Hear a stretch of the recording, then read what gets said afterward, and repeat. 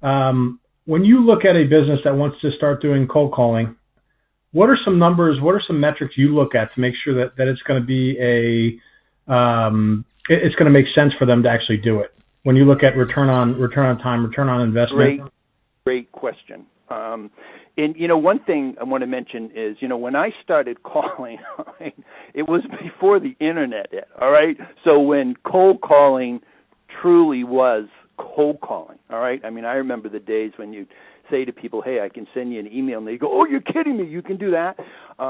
So that's the environment in which I learned. And I guess my point is that the window in which calling is economically viable certainly has closed over the years or the decades since I have been doing this.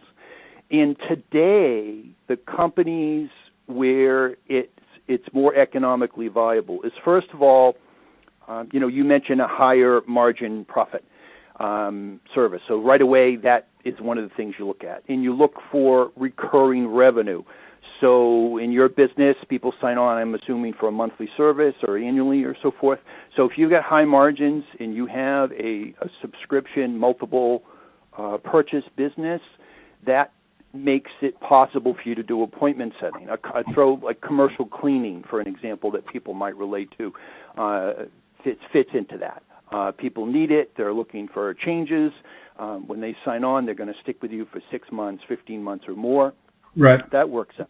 The other thing is very high-ticket items where, another sort of hot market is all sorts of different types of consulting businesses where, you market, there might be very high-ticket items, so it's cost-effective to go directly at those executives in the companies that might write those, multi-million-dollar checks.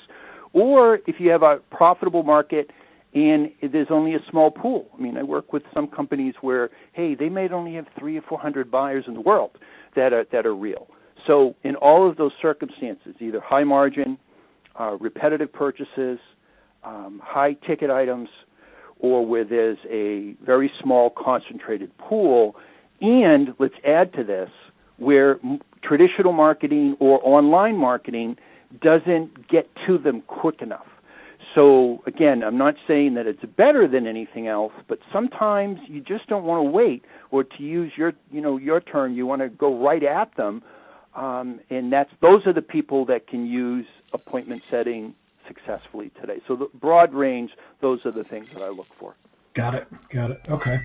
And I guess we'll dive right into the list then at that point.